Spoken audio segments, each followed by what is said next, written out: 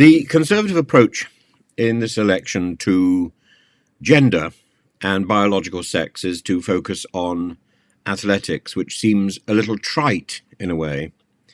And it's clear people who identify as a different gender may not necessarily have the same biological sex, and that distinction is important.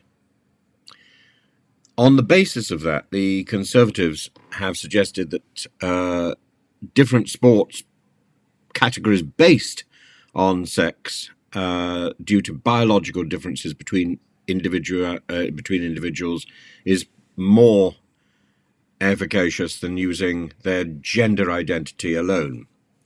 And their proposed changes will stress that difference of approach. Opponents of these plans argue that the perspective doesn't acknowledge the complexities of gender identity and the experiences of transgender individuals. Requiring transgender athletes to compete based on their biological sex, they argue, is damaging both psychologically and physically to the athletes. And critics contend that this approach doesn't recognize the gender identity that transgender individuals have embraced and have lived. And at what point, particularly if somebody has surgery, at what point do you identify the biological sex? This policy has raised concerns about other gender-related issues. Critics worry that it might instigate further prejudice and discrimination rather than promoting inclusion and equality. And there are concerns that the proposal may lead to an environment of exclusion, particularly for transgender people. They argue that the proposed policy would negatively affect transgender individuals, and it might also set a precedent that could harm the broader protection against discrimination. They caution that the policies, while pitched as a clarification, could encourage discrimination under the guise of legal compliance. Now, the Conservatives are saying this isn't going to be a change in the law. This is the peculiar bit. They're saying it's not going to be a change in the law, but rather a re-emphasis of existing legislation. The party maintains that it intends to address misinterpretations of the law through the proposed redefinition of the term sex. And it's committed to pursuing this adjustment, and has expressed confidence in its potential to address concerns surrounding transgender athletes in sports and then other gender-related issues. So it doesn't really deal with the nub of the problem. It's pretty well giving the impression that the country is simply stupid because it hasn't looked at the laws that already exist. And it doesn't address that fundamental issue about self-identity in a broader sense. And this goes back to the 1960s, or even the 1950s.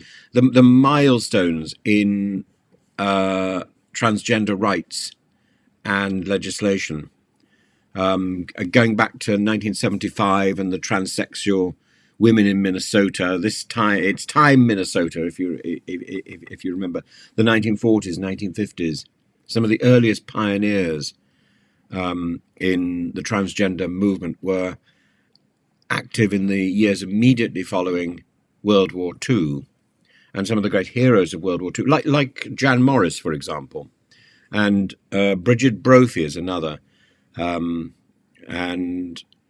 Bridget Brophy wrote a book called In Transit. In fact, I did a front cover for her book, and I was very proud to be involved.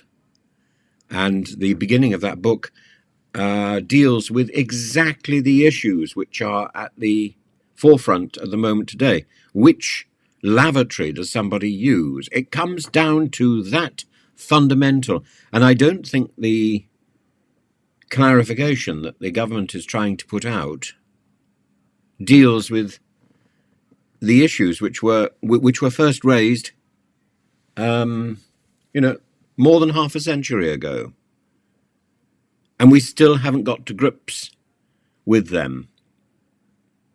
Fundamentally, I think it's about two things.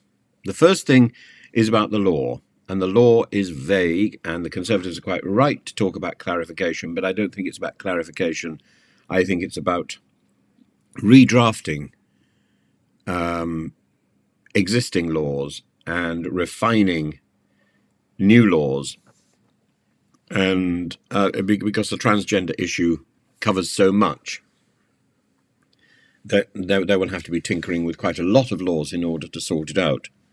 That's number one.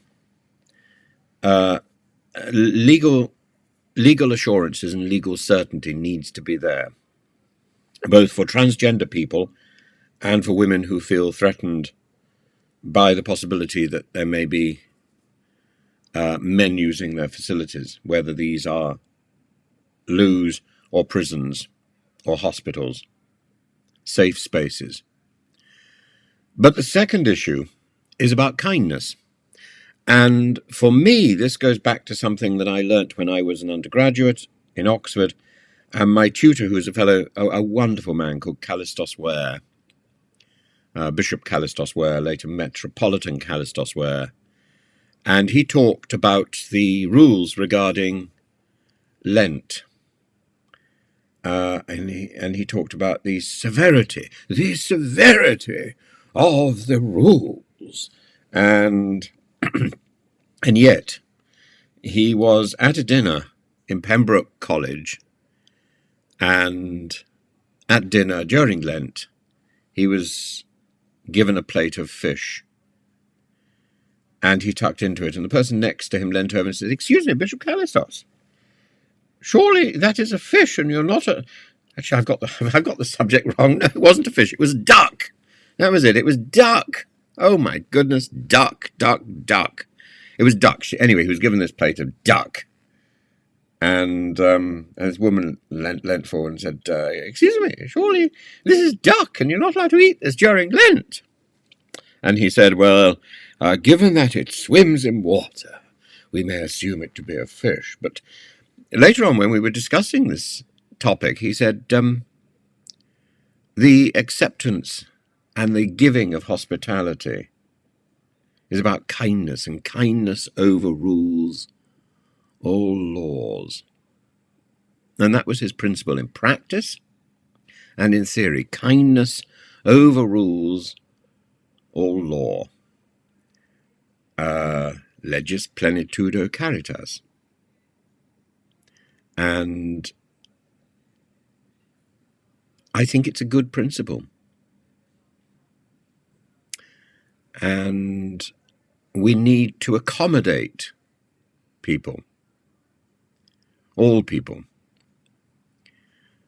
And we need to be aware of the huge efforts that have been made in civil rights, all the way from Augusta's Women's Forum, the Foundation for Personality Expression in California. A lot of this took place in America, and we in Britain have a sort of second spring in all of this activity. But going back to Christine Jorgensen, this is an important advance, because